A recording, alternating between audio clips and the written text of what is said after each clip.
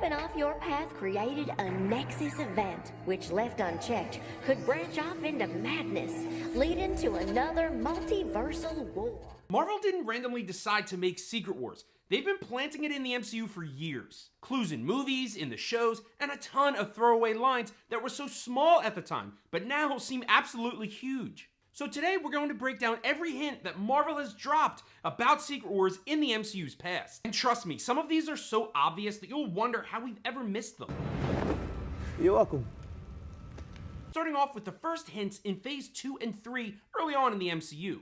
Back in Avengers Age of Ultron, Tony Stark says that up there, that's the endgame. And fans thought it was just Tony being dramatic. But Marvel literally named that the biggest movie in all of superhero film. Another being in the first Doctor Strange film when the Ancient One is teaching Stephen Strange about the multiverse. At that time, it was just cool magic, but now we know Marvel doesn't waste any lines. And in this very moment, they were telling us the multiverse matters. And let's not forget, Marvel has already done Secret Wars in the comics twice, once in the 1980s and once in 2015. They loved this storyline, so if they were going to build towards something massive, it was always going to be this. In Phase 4 of the MCU is where the multiverse really starts. And Marvel was not hiding it, they were essentially shouting it from the rooftops. In Loki Season 1, Kang explains what happens when timelines collide. This of course describing an incursion, which was our first hint at the Secret Wars comic book. What If showed us crazy versions of our heroes, Strange Supreme, Party Thor, Zombie Avengers, and that's Marvel training us to get used to the wild variants that we're going to see in the future. Like, does it just come out of your wrists, or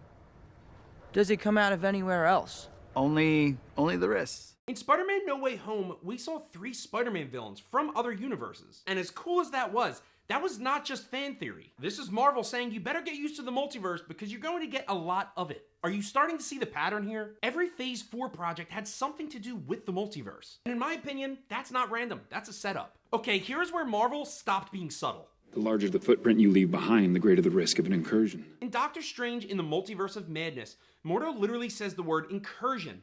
That's the word that starts Secret Wars in the comic books. That is not an accident. And Clay showing up in the post-credit scene, she tells Strange, you caused an incursion and we're going to fix it. That's not a setup from a random Strange 3 story. That's set up for the end of the MCU saga. And you're probably thinking, we have not seen this pay off yet. And I think there's a reason for that. And I think Marvel will close all of the open-ended credit scenes that we haven't gotten closure on. At that point, it's like Marvel is saying, buckle up because you're in for something crazy. Now let's talk about Avengers: The Kang Dynasty. Most people thought this movie was intended to be the big end of the MCU, but it's not. It's more so the Infinity War of its time, where it's just setting up the big bad.